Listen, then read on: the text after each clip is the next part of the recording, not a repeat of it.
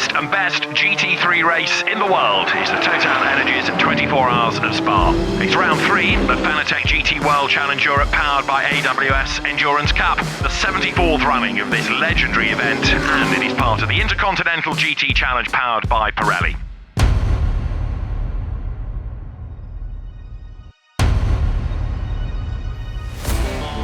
As a passionate go-karter from a young age, my dream was always to become a professional racing driver.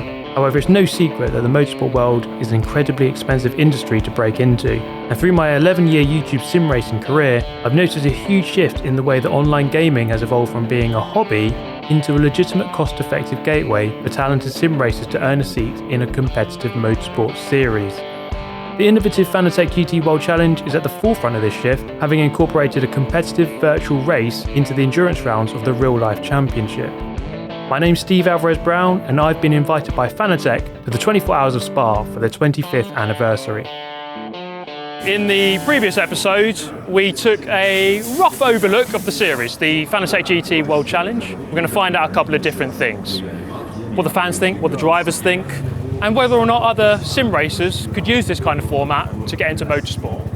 So we're going to take a very detailed look behind the scenes and just see whether or not this can change the future of motorsport. Mr. James Baldwin, how's it going? Well. You're looking forward to, well, racing the Spa 24 Hour. That's quite a momentous occasion for you, right? Yeah, it's quite the feat. I mean, biggest race of my career by a mile. Yeah. So looking forward to it. It's tomorrow. And got the esports race and stuff as well, so it's going to be a pretty jam-packed weekend. So about the esports race, obviously it's quite a new, innovative, different element of the championship. So what do you make of that, the fact that you can contribute to your championship points by doing an esports race? It shows you how much they value it for it to actually contribute points. Like, you know, if you lose the championship by 2 points, you could have won it back on the esports. So I think there's a mixed kind of view on it, but I think it's growing on people, and I think that's the main thing. So we're here in the esports arena. This is where obviously the esports race will take place. I'm with Dries van Thor, who drives for the WRT team. Really curious to know, do you think the sim racing can be an alternative way for a young driver to get into motorsport? I think nowadays it could work. Like I think there's already proven that some drivers who were really good at sim, they got an opportunity to drive a real car, to do a real series, and they actually did well. I know a few drivers who were really good at simming and they got the opportunity to do a real job racing. Fanatec, obviously the sponsor of the series, but also hugely involved in sim racing. And from the beginning of lockdown, suddenly everybody became aware of how much time racing drivers spent for work on sims, which then transferred into so many of them also joining the online racing fraternity. Now, there are an awful lot of pro racing drivers who are really becoming very good indeed. It is jam-packed, literally cannot move in here. We just cannot move at all. Race is about to start in a few minutes. They're going through the grid right now. Looking forward to it. It is no surprise that James Baldwin is the man on pole position, and with him at the front of the grid is Max Hesse. So it is the Garage 59 McLaren alongside the Rover Racing BMW. Okay, this is it, start of the race. So go, it's green. Just about set, the lights go green. I'm just watching Dries here. He's starting right in the middle of the pack, which is the danger zone. Let's hope he makes it through just fine. 2 wheels on the grass in the background as they sweep uphill for the first time. It's Baldwin from Hesse. Nicky Team is third then in the Aston Martin. Others get forced out wide. Very clean start so far. Fingers crossed. Max Hesse up towards Nick Corby. Could barely be any closer. They're free abreast at the moment. Goes to the outside line. Max Hesse defends the inside as they break for the corner now. And Hesse stays ahead. Team is right there behind him in third place. Fourth, it is going to be Luca Giotto in the Audi, but James Baldwin trying to get away. He's already, 2-3 lengths to the good. And we may have a drive-through penalty for him. It flashed up on the screen. James Baldwin, who was on pole position, looks like he's been investigated because it might have jumped the start, which won't be good for him, obviously. So, James Baldwin leads by 1.5 seconds already.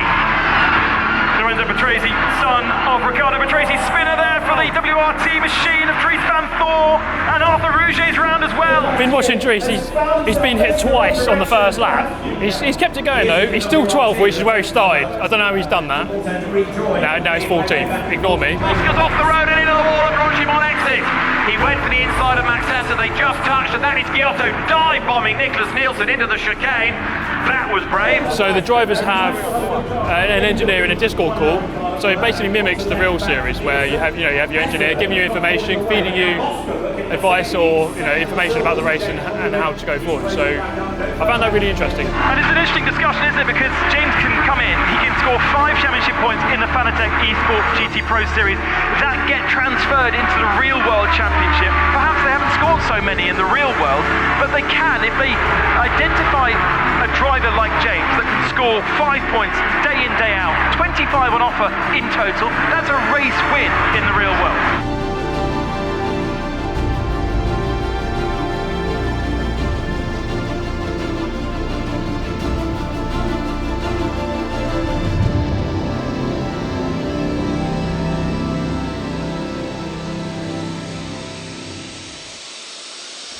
James Baldwin wins at Spa. He breaks the beam, he takes the flag, he gets a huge round of applause after a great drive.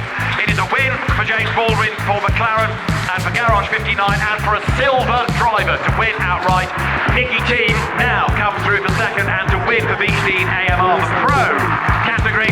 Baldwin, well driven mate, fantastic performance as ever. He had to practice last night in the real GT3 car, and obviously that is quite fatiguing, it's very tiring. And the winner overall for Garage 59, James Baldwin. Absolutely starring performance, as you would expect from an esports pro. Congratulations, obviously, first thing. It almost started the wrong way because you're on pole, but then very quickly there was an investigation that you jumped the start. So I thought, oh goodness me, he's already bowled it straight away. I thought I'd bowled it as well. Did you know that? Were you aware of that? I saw a drive-through come up and then it got cleared. So obviously you're not racing at home in the comfort of your own rig. So you've got to get used to a different rig. There's people about, there's a bit more noise and cameras. Does that affect you? Well, it weren't too bad to be fair, apart from the final lap. And then obviously like everyone swarms you. Okay. By that point, you're already all right. So where did you qualify in the actual race, the real life race? We qualified P26 overall, P5 in the Silver Cup class, and we were top McLaren. I think James Baldwin winning, it kind of highlights a point to me that drivers can really come through sim racing and get into the real thing. James Baldwin's on the grid, he's in the McLaren, he's in the top half of the grid, and he is the top sim racer, he won the race. So it kind of proves to me that you can get into it through that route. Welcome everybody to the Fanatec GT World Challenge Europe powered by AWS Endurance Cup. Welcome to the Total Energies 24 Hours of Spa. Welcome to the Intercontinental GT Challenge powered by Pirelli. Day 2, it's race day today, it's the big day, and Fanatec is their 25th anniversary. They're celebrating it here at the 24. We are hopefully going to get a drive around the track in their 600 horsepower van.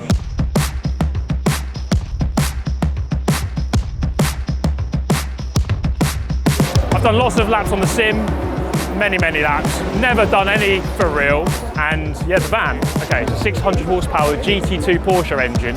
It is really quick, really loud, it's got ceramic disc brakes which have just been fitted, brand new tyres which have just been fitted, so it's decked out to go really quick, it's going to be mad. I have just signed my life away, so should anything bad happen, then no one's responsible. So I've accepted my fate. You've been in this thing? No. You're not? I heard stories. Honestly, mate, I heard stories. It's unreal. It's going to be so good. I heard from everyone, like, have you seen this thing? Have you seen Yeah, it? mate, honestly, it's the best thing ever. Yeah, I saw the engine like a minute ago and I was like, whoa. Yeah. We're going out on track with a load of Lamborghinis and a McLaren F1 GTR, the long tail one. I want you to overtake it, obviously. The cheap one. Yeah, the cheap one. I am very excited. I can't wait for this to get started. It's mad. We're just sat in amongst a load of Lamborghinis, looking at Eau Rouge right in front of us. I'm just really intrigued to see how this goes up against all these other cars.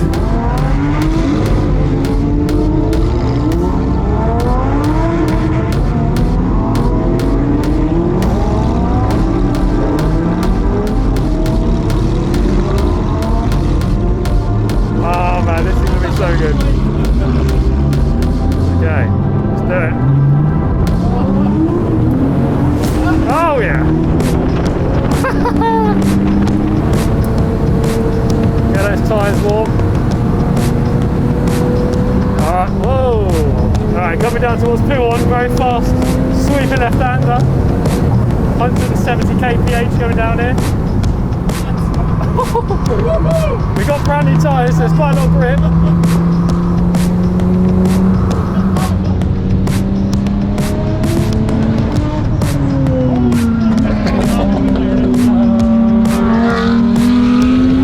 This is mad. McLaren's just gone past us. This thing is quick. Final chicane. Another Porsche. And we're into the pit lane.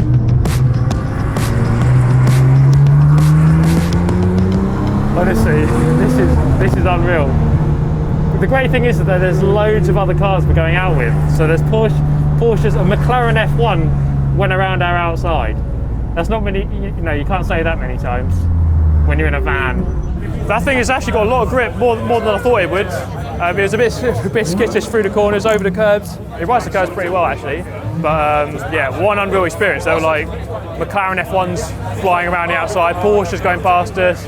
Although the van actually held its own, it wasn't too slow compared to them. So yeah, just a mad experience.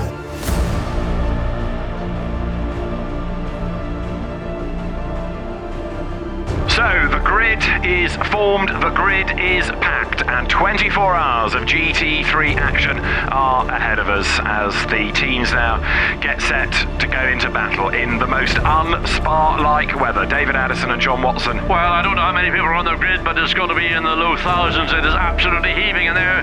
The new grandstands, as we look, just to get a glimpse of the temperatures, 26 Celsius there, 39, unseasonably almost warm temperatures here, Spa-Francorchamps.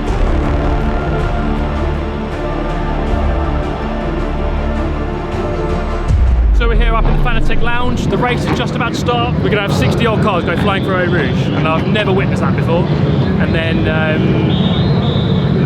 yeah, let's watch the start. Well, the green flag is waved then. The cars released onto the formation lap as the cars then scroll out of Eau Rouge up through Radion. They're just coming down the hill right now. The race is about to begin. Out of La Source they come. Speed builds up towards the lights. The flags are ready. The lights will change. The race gets underway now. Great start by the Porsche of Gladbachler. Then as they dive downhill for the first time, the green Dynamic Motorsport Porsche takes over the lead as they sweep their way through Eau Rouge, ready to make the climb uphill. Lap 1 of 24 hours of racing. Everybody so far so good as they make the climb up through Radion, heading towards Les Cons. That was one of the maddest things I've seen. That was pretty special, that was. 3 wide in the mid-pack. Ezequiel Perez compact in the Mercedes with lots of drums in a straight line. Good battle developing here, look. Augusto Farfus under attack from Mickey Tim. BMW versus Aston Martin, that's for 15th. So we are now in the Beach Dean Motorsport garage, Aston Martin Racing. So a lot of this team, very, very talented engineers and mechanics. A lot of them highly experienced. They've been in the business a very long time. A lot of them have been to Le Mans, won Le Mans, one of the most prestigious race, or the most prestigious motorsport race that there is. So that kind of experience is what is needed really to succeed at the top level of GT3. I am joined by Mr. David Pittard. Here he is. I'm really intrigued to know, how do you sleep? When do you sleep? Do you sleep? How does that happen? Yeah, so for me, sleep in the week during up to the event is massively important. If you can effectively store sleep throughout the week, then when it comes to actually cashing in that sort of stored sleep that you've got over the Saturday evening, that's the crucial element for me. We actually get a few hours sleep. The guys here, both on the data stations, and these legends of mechanics over here, their day started at 9 a.m. this morning, and they won't finish until probably about midnight Sunday evening. So they're actually in the middle of a 40-hour shift.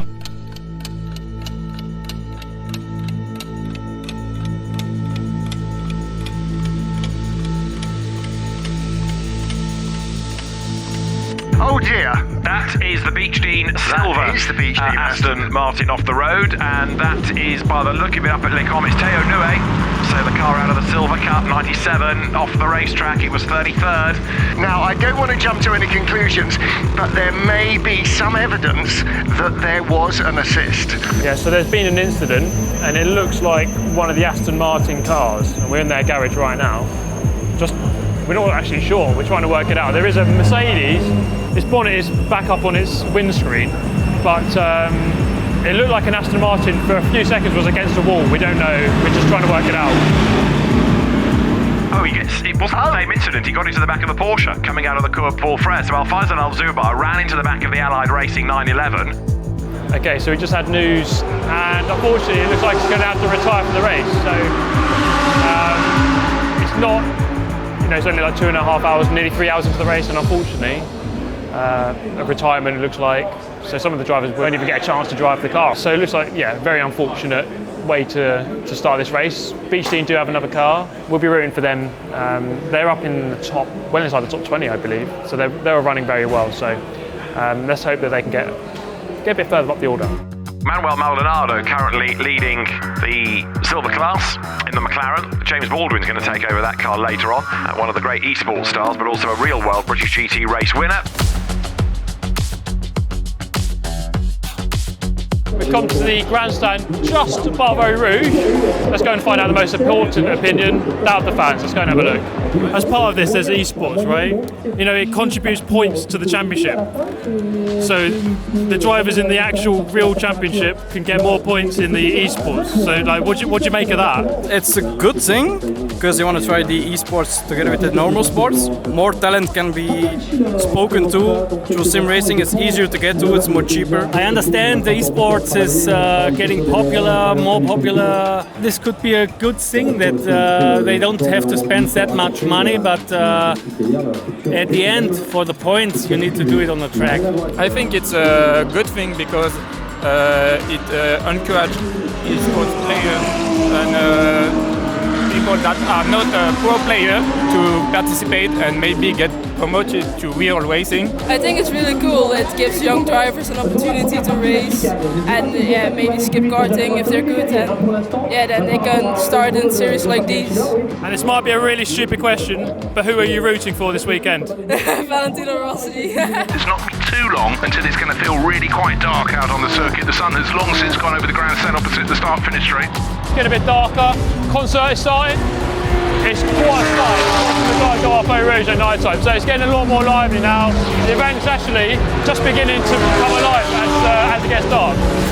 So BMW leading the way, Augusto Farfus, second place the yellow Ferrari. Raffaele Marcello still third, Kevin Ashton fourth. And some of the people have decided they're not watching for a bit because they're at the concert. As you can tell behind me, the party's just getting started. I love this. I might do this every year. I think I'm going to stay here every year. We've got the Valentino fans. See, everyone's loving it. The energy's great right now, see? We are going for a lap, not off the track, because you can't really do that, but around the outside of the circuit. So we're going to get a really close look off the track of the cars going around at night. It's going to be a really good view. I'm not sure exactly where this is going to go. I'm not sure exactly where they're taking us, but we'll find out in just a moment. And so we have 16 and a half hours of the race remaining. The next big points haul will be in 91 minutes time. Okay, this is incredible. We're up at Lake Combe, the chicane at the end of the Kemmel Straight. We're getting really close access. They're coming up now. The cars are so unbelievably quick through this corner. And you might not be able to hear me, but they have got an unbelievable amount of grip. But we're standing at eye level, really close, so you really get an amazing appreciation of how quick they are. It's so good to watch. And especially at night time, I think the sense of speed is just on another level. So we've just seen James Baldwin go past.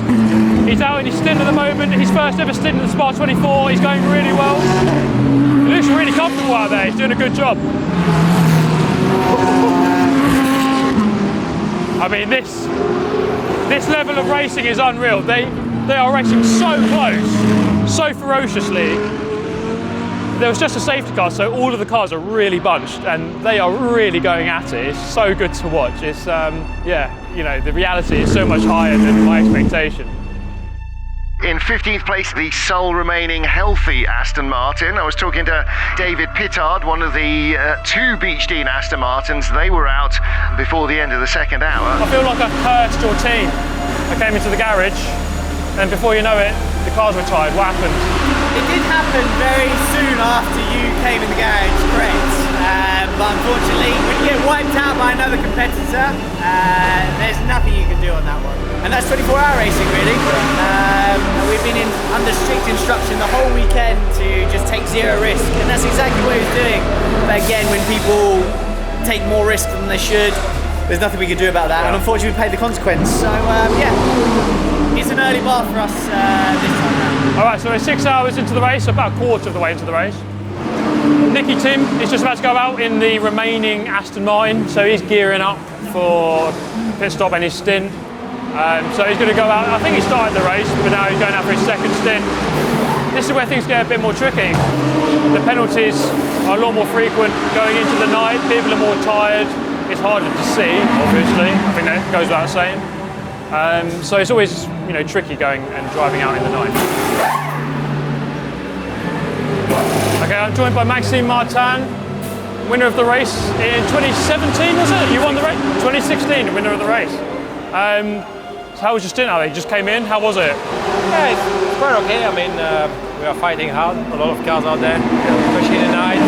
A lot of cars that don't really know where they're going, but yeah, it's quite interesting, but yeah. So obviously you have to drive as quick as you can, but how do you avoid all of those incidents?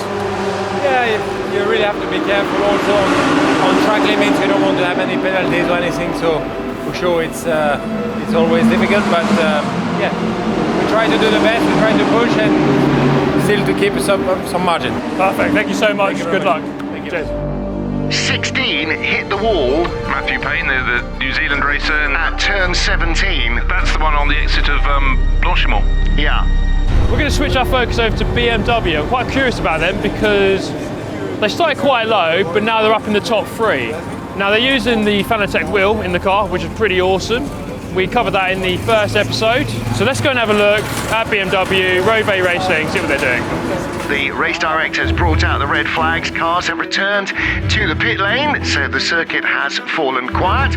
I think there's a red flag. Lots of drama in the pit lane in this garage. Packing up all the seats, lots of movement. I don't know what's going on. I feel like I'm in the way. I think I'm in the way. But yeah, a lot of excitement. Something's going on. The ones that didn't come in, and that means both of the Rover Racing BMWs that were sort of half a stint out of kilter with the others are now sitting in the lead of the race. Nick Yaloli in 98 and the sister car, number 50, with the Northern Irish racer Dan Harper. They are first and second. It's landed in their lap. How's the race gone so far? I mean, it looks like it's going quite well. Yeah, not so bad, not so bad. It's very hectic out there. At the moment we are 1 and 2, which is quite good, but still very, very long to go. And yeah, it's really key to make no mistakes here, to be lucky with the full course yellow situations. But yeah, first of all, to finish first you have to finish, right? So we try and stay calm as best as we can, but obviously sometimes it's not so easy to control the emotions. So the steering wheel in the car is the Fanatec GT3 wheel. How does it feel like to drive with that racing wheel in the car? Yeah, it's awesome. It's really nice, and we have it on our home rigs as well, which is great. So it's always the same feeling, which is nice. So you stay a bit in your rhythm when you're back home. It's a very nice feature, and obviously, if we can win with it, the better it be. We just caught them a moment of carnage there because it was a red flag. I think someone went off hard at Blanchimont. We're going to go to sleep for a while. We can actually sleep. The mechanics here have to stay up all night. So we're the lucky ones. But it is nearly 3 AM, so we're going to go get some sleep and we will catch up in the morning and see where they are.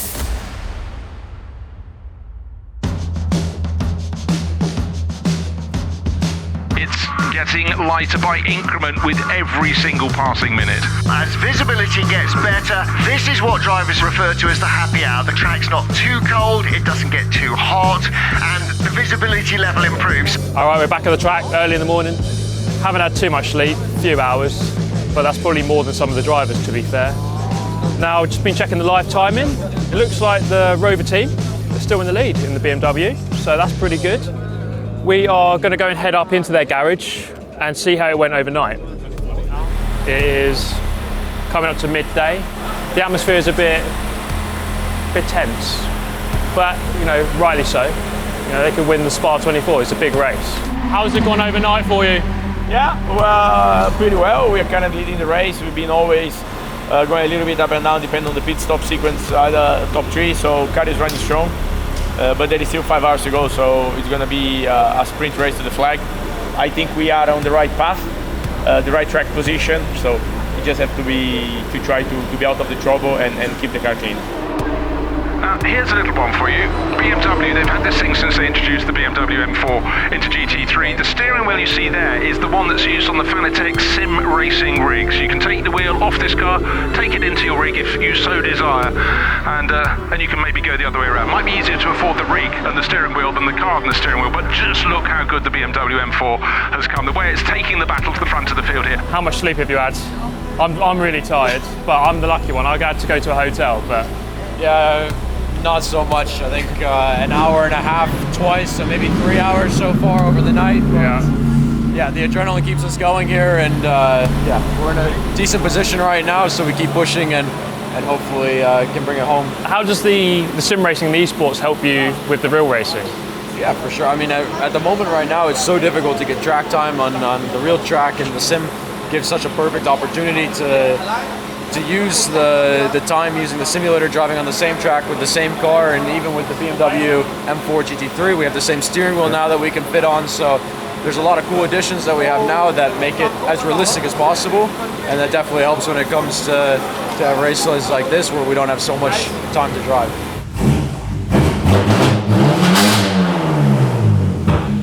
Okay, first off, it's very loud. This is the BMW M4 GT4. The special thing about it, it has the Fanatec BMW wheel, and it's interchangeable with the sim, so you can take it out, put it on your sim, race the real car, race your sim car, all with the same wheel.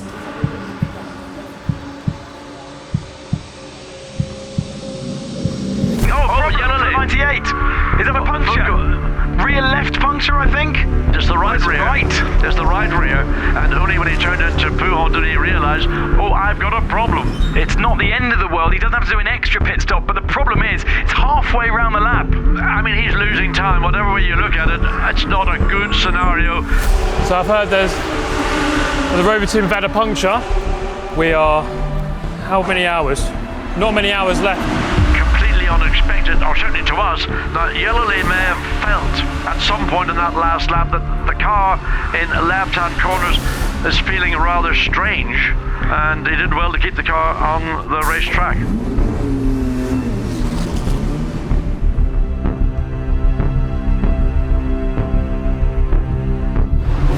Okay, there's less than an hour left in the race. We are second and fifth at the moment, so slowly moving up, but the gap's quite big to the lead. We're going to really need a safety car, or for the top team to have some sort of incident, which we don't wish upon them, of course. So yeah, it's just really a case of just waiting now, I think. It's just the driver out there, you just have to wait for the finish, hope that something goes your way. If it doesn't, it doesn't. Some of those teams that have got through without any punctures will be remarkably fortunate, because it has been, as feared, a race with a fair number of punctures. But yeah, it's been a talking point. Down drops number 50 BMW, so that's the final stop served for number 50. Junior team just did their pit stop. And it looks like they had a puncture, so that's both teams there with a puncture, although yeah, it's dropped them down quite a few positions. It's all alternating, so we won't know where they really will finish. And now it's just a waiting game. This is a part of the circuit now where the BMWs have always looked strong. Goes to the outside of Blanchimont. It's really, really hard to go around the outside there. It can't happen. He does it. Round the outside, keeps the car onto the circuit. And now he's going to try and clear the Lamborghini as well. Dan Harper up into fifth place. Great racing between these two. We've been racing now for 23 and a half hours, and they are still hard at it. Dan Harper in the junior team, he's gone past one of the Porsches, gone up a position. There's only 20 minutes left, so not long. we're in 5th and 7th, and it's not looking like we can get much higher than that, to be honest. Just a case of bringing the car home. The 2022 Total Energies 24 Hours of Spa is won by Mercedes-AMG. It is won by Raffaele Marciello, Danny Junqueter and Jules Cournot. Raffaele Marciello brings the car across the line. Yeah! That's what we're gonna say! Now the battles are on behind, and second place is going to be Lukas Stoltz, who comes through. So it's a Mercedes-AMG 1-2. Ferrari third, Antonio Fuoco brings it across the line. Fourth, Mauro Engel, Mikael Grenier and Maxi Buch. Dan Harper just coming up to the line to take 5th ahead of Nick Katzberg. 6th in the sister BMW. So Mercedes-AMG, Curtis ASP and Raffaele Marciello, Danny Junqueter and Jules Cournot win here at Spa-Francorchamps at the end of a great 24 hours. So Spa 24, absolutely incredible event, so much energy, passion, enthusiasm. The guys here, they did a really good job. They could have easily been 1st and 2nd, they could have been on the podium if not for some punctures, and that's just the nature of a 24-hour race. They drove so perfectly, but you know, there's these accidents, these incidents that you can't account for, and they happen. The esports, loved watching that. Really good to see that as part of the motorsport paddock. I really enjoyed that. And just the vibes here were just incredible. If you haven't done the Spa 24, you've got to come next year. It's so good.